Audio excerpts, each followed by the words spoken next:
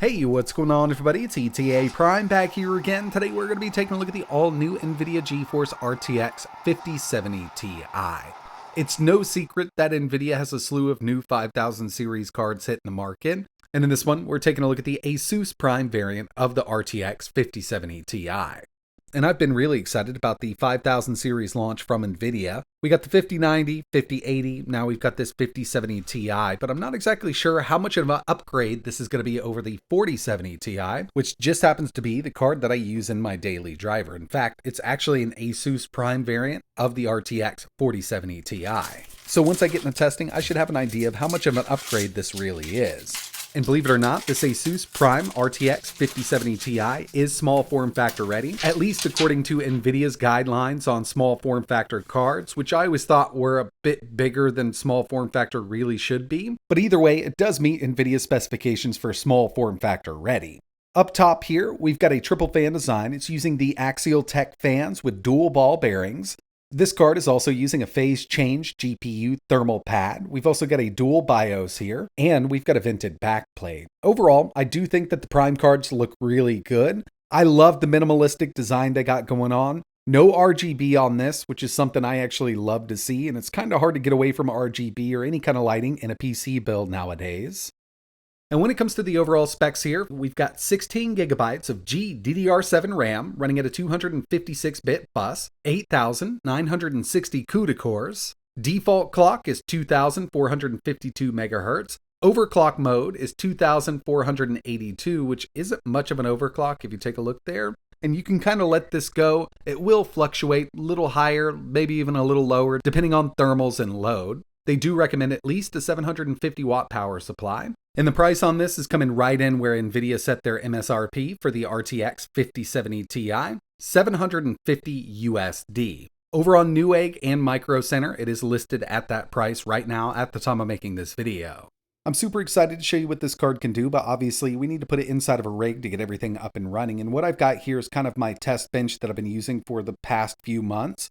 I've got an i7-14700K with an ASUS TUF motherboard, 360mm AIO, 32 gigabytes of Kingston Fury RAM running at 7600 megahertz. And as for the power supply, I'm using an 850 watt Prime Gold from ASUS. And in fact, this is the recommended power supply that they show over on their website. I just already happen to have it in this rig here. Total board power for the RTX 5070 Ti is 300 watts, so we'll have more than enough here. And again, they do recommend at least a 700 watt. I will leave links to everything I've used in this build in the description in case you want to use any of these parts in your next build. Jumping right into Windows here, as you can see, we've got that Intel Core i7-14700K, 32 gigs of DDR5 at 7600, and of course, the RTX 5070 Ti with 16 gigabytes of VRAM. The first thing I wanted to kind of get a feel for here is TGP. What is this thing drawing? So for this, I'm going to be using Firmar. And as soon as we start this application up, you can see it jumps right up to 300 watts on the dot. If I get rid of the Furrion screen, it'll just drop right back down. That's putting the most load on this GPU, but just to give you an idea, you can see it drops right back down and then goes right back up to 300 watts. So yeah, you're definitely going to want a good power supply for this thing. And so far, through my testing with the ASUS Prime RTX 5070 Ti, thermals are looking great in benchmarks and gaming. And benchmarks are the first thing I kind of want to jump over to. Again, like I mentioned, on a daily basis, I've got my RTX 4070 Ti, going all the time, it's just cranked out. So therefore, we can get a good idea of how this compares to the RTX 4070 Ti. First up, we've got Steel Nomad on the 5070 Ti. Total score here, 6,553. We managed to hit 65.54 FPS, and over on that RTX 4070 Ti, I scored a 5,236, and that card was just placed in the same exact rig. Next, we've got the Port Royal benchmark on the RTX 5070 Ti, 18,849. Over on the 4070 Ti, again, in the same exact machine here, 14,386. So yeah, with this ray traced benchmark, we've got a significant jump over the 4070 Ti with the 5070 Ti. And finally, we've got Time Spy. Got a total score over here on the 5070 Ti of 26,798. And over on the 4070 Ti, 24,494. I was actually expecting much more of a jump here, But another thing to keep in mind is these are actually early drivers that I'm using with the 5070. So we could see an increase down the road versus, the well fleshed out 4070 Ti drivers. But after all, these are synthetic benchmarks, and now it's time to put these up against each other in some real world gaming. First, we're going to take a look at a couple charts, and then we're going to get into some real gameplay, specifically on the RTX 5070 Ti. Returnal, 4K native ultra, average FPS on the 4070 Ti, 72, over on the 5070 Ti, up to 83. And of course, we can get much more out of both of these cards by dropping the resolution down using DLSS or even FrameGen. But with these first tests, I really just wanted to take a look at raw performance at native 4K. Black Ops 6 4K native ultra average on the 4070 Ti, 70. We got a jump of around 11 FPS over on the 5070 Ti, bringing it up to 81. With Assassin's Creed Mirage, we got a really nice bump here, coming from 79 on the 4070 Ti, up to 95 on the 5070 Ti. And finally, Shadow of the Tomb Raider, again 4K native ultra, 4070 coming in with an average of 104. On the 5070, we're up to 131. So yeah, with some of these games, we are seeing a really nice jump just in raw performance across the board. But now I want to get into some real gameplay to show you what this thing can do. First up, Cyberpunk 2077, and we're just going to be testing this one at 4K. With the other ones, we'll go with 4K and 1440, but there's a few ways that I want to go about this. With this game here, first test we've got 4K Ultra DLSS set to auto. So we're not doing any frame generation or anything like that. We've just got that Ultra preset with DLSS turned on. And I'll tell you, with DLSS off, just to Ultra 4K, we're only seeing an average of around 58 on the 5070 Ti here. So DLSS is a must at 4K, and of course we could get a lot more out of it at 1440, but the card itself is a $749 card. I do think that kind of justifies playing these games at 4K. And with it set up like this, we're seeing an average of 69 FPS. Nice. But as you may have heard with these new 5000 series cards, Nvidia's really been trying to push their multi-frame generation. And I'll tell you, I'm a huge fan of frame gen. This works really well. Same settings, we're at 4K Ultra DLSS Auto, but now we've got frame generation set to X4 and we're using the transformer model. So it's DLSS 4 here.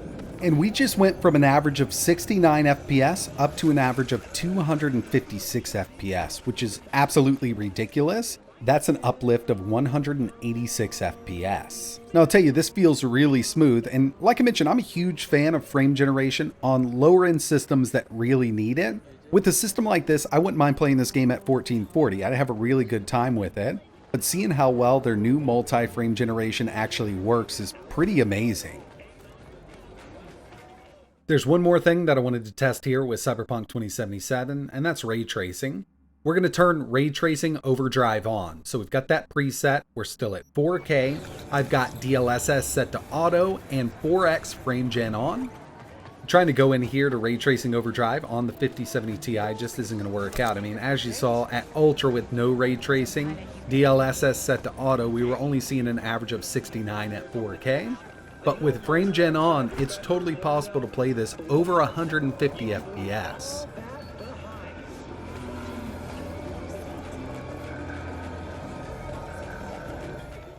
Next up, Spiderman 2, and I forgot to reset my average frame rate, so I've got it blurred out here because it was definitely much higher than it really was running at. 4K, very high, no DLSS, no ray tracing.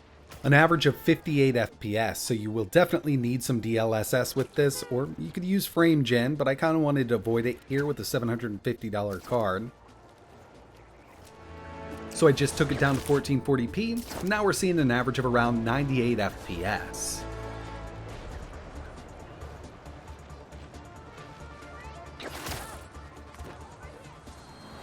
Had to throw this one in there, and I knew we weren't going to have an issue with this. Forza Horizon 5 4K extreme settings. We don't need any kind of scaling. We don't need any frame gen. Actually, this doesn't have frame gen built in. But we're getting an average of 154 FPS, and I knew for a fact that this game was going to perform amazingly because it's very well optimized. It's not that hard to run. And yeah, we can just max this out completely at 4K on the RTX 5070 Ti. God of War Ragnarok, 1440p, Ultra, no DLSS, no frame generation. This is running way better than I thought it would. We're seeing an average of 137 FPS, and that's right here in a battle. There's a lot going on. It's actually much higher than that. There's a lot of exploring in this game, and that frame rate will jump on up, but I wanted to get into a sequence here. Now, just seeing how well it's running right now at 1440, at Ultra, with no frame gen, no scaling, I wanted to take it up to 4K. And at 4K, we're seeing an average of 82 FPS. I had a good feeling it was going to run really well like this. So we're not using frame gen, we're not using scaling, we're at a native 4K with this game here. And when it comes down to it, this is one of my favorite PlayStation ports over to PC. I've had really good luck even on lower end systems, iGPUs with this game. With those, you do need to use some frame gen, but it's just amazing to see this game run so well. And on the RTX 5070 Ti, it looks crazy good. Next up, Marvel Rivals, 4K Ultra settings, and with this, I actually thought we might need to add a little bit of DLSS. As you can see, it is getting close to going under, but even through everything going on right now, I never saw it dip under 60. We do have the option to add some scaling here from the settings, but this game is in early access, and I do expect better performance later on.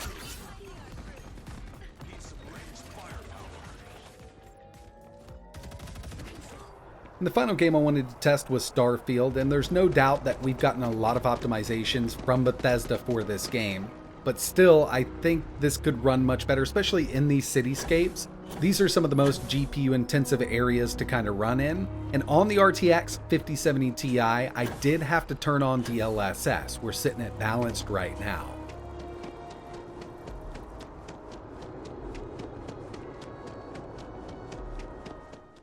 Couple last things I wanted to talk about here, and that's temps, power consumption, and is this going to be worth upgrading from something like the RTX 4070 Ti? When it comes to temps, on this ASUS Prime card, they looked really great, even at 4K. Average 4K gaming, this was only sitting at 63 degrees Celsius, and the maximum temperature after all of my testing was 69 degrees Celsius from Hardware Info. When it comes to power consumption, 4K gaming on this card, we got an average of 236 watts, and in total, this only drew a maximum of 300 watts. Now, the big question is, should you upgrade from, let's say, the RTX 4070 Ti, because that's mainly what we've compared this to? And the simple answer is no, I would keep what you got. The 4070 Ti is still a solid card. And in all actuality, when it comes down to raw performance, not considering synthetic benchmark scores factored in, just FPS gains from the RTX 4070 Ti to the 5070 Ti at native resolutions of 1440 and 4K, you're looking at an 8 to a 24% increase in performance depending on the game you're playing. So yeah, it's not a super generational jump. And of course, you could inflate these scores with that multi-frame generation, but I'm talking about raw performance gains at native resolutions. Only 8 to 24%. So I'm personally not going to be upgrading from my 4070 Ti to a 5070 Ti. But, if you're in the market for a GPU and you've got that $750 to spend, I would go with the 5000 series card unless you can get a really good deal on a 4000 series card right now. If you don't mind going used, that's probably going to be your best bet. But that's going to wrap it up for this one. If you've been holding out for the RTX 5070 Ti, I will leave links in the description. And if there's anything else you want to see running on this card, just let me know in the comments below. And like always, thanks for watching.